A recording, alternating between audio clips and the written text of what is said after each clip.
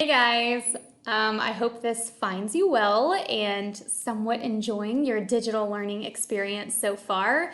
I also hope this finds you enjoying a beautiful day outside while also practicing social distancing. And hopefully we get to see each other soon at some point, but until we do, then digital learning is going to have to suffice.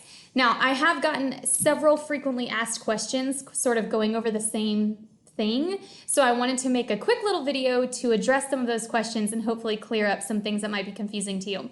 I know you got a lot thrown at you at a really short period of time, a bunch of teachers all using different platforms, and it can be kind of overwhelming and confusing. So hopefully this at least clears up some things from my class. Okay, so like I said, some frequently asked questions. So the first question was, how do I create that class folder in Office 365 that you asked me to create? The majority of you have done this, but you may want to just go ahead and watch this quick little clip to make sure that you did it correctly. It does seem like that most of you did. Basically, you need to log into Office 365. You can't just Google Office 365. You'll either need to go to the link on the Lassiter webpage or the link that I have on the blog under the digital housekeeping post.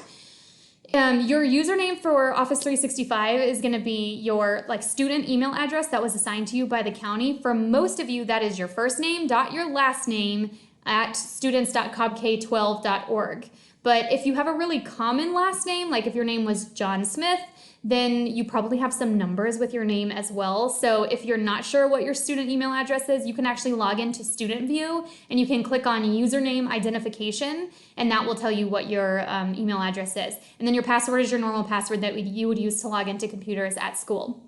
Okay, so you need to create a folder for my class, and then you need to make sure that you share that folder with me. Once you share that folder with me, I will have access to everything in that folder. You do not need to share individual files because you've already shared the folder with me. So if you upload things to that folder, then I have access to every file. So real quick, I just want to show you what that looks like. I'm actually signed in to my second grade son's Office 365 account. So you're going to click on OneDrive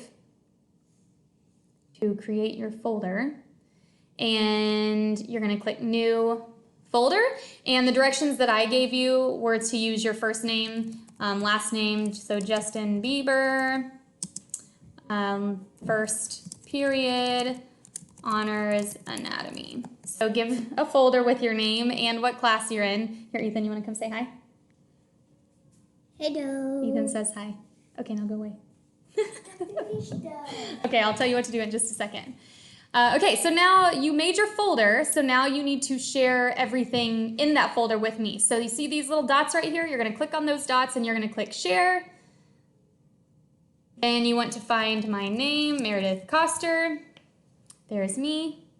And then you're going to press send. That sends me an email saying that you have shared that folder with me. So now I have access to everything Ethan, my son, puts into this folder right here. So you do not need to share the individual files with me because I already have access to this folder. So hopefully that makes sense. Okay, so the next frequently asked question I've been getting is this one.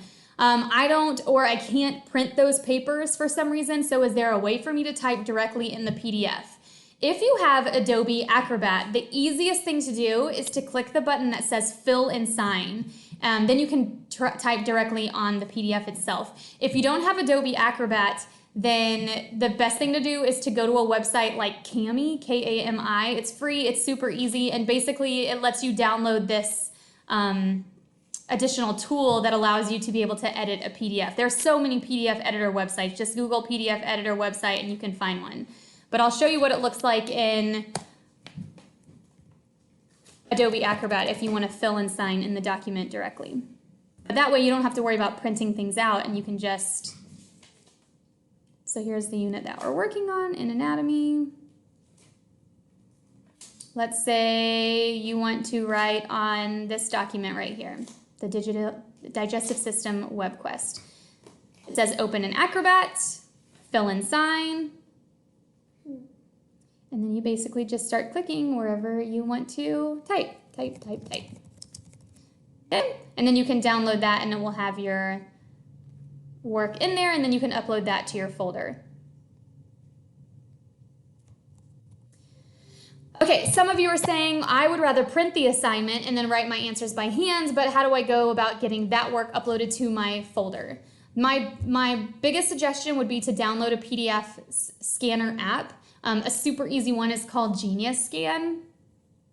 I do have some tips for you if you are using an app like Genius Scan. First of all, when you go to take the picture, be mindful of how you're taking the picture. Make sure the light is good, make sure your shadow is not in the way, make sure you're laying your camera flat, trying to get as much of the document as you can in that place, and then edit your pictures. So like here's a picture I took in Genius Scan. When I first took the picture, like there was desk or table all around the outside, so I cropped it. I added a filter to make sure that it was as clear to read as possible. I would recommend writing in either really dark pencil, like don't write lightly, or writing in pen, because that seems to work the best, but mess with the editing a little bit so that it is the clearest you can get it. You do not have to have, like I have a bunch of pages in this one scan. You don't have to do one scan per page. So like your front and back should be on the same file. And then just email that to yourself. Now you have your digital PDF of whatever it was that you scanned that you can now upload into your folder. So I'm gonna show you what that would look like. So in your folder, so here's my shared folder that I created. I'm going to add a new, let's say Word doc. Oh, actually, no, that's not what I want. I want to do upload. So sorry, go back to my folder and I'm going to click upload a file. And I'm going to add this Edpuzzle that I took notes on, or the notes that you emailed to yourself, whatever it is.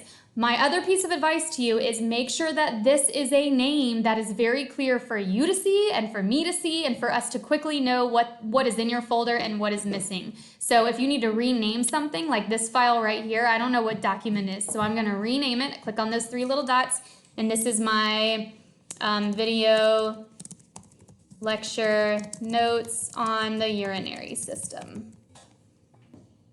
Okay, now it's clear what that is, and I can very easily tell what I am missing. Oopsies, that's not what I want. All right, last couple of things. Make sure your name is, or make sure you name each file. We just talked about that so that both of us can see what's there and what's missing. Think of this folder, this class folder that you've created, as a portfolio of all of your assignments during this digital learning period. It is one place for me to go and find exactly what you have done or what you haven't done. Okay, this is your digital portfolio. And as always, reach out if you need help. You can email me, you can text me through Remind. I hope you're practicing social distancing and that you are staying safe and staying healthy during this time. And I hope that we get to see each other soon. Bye.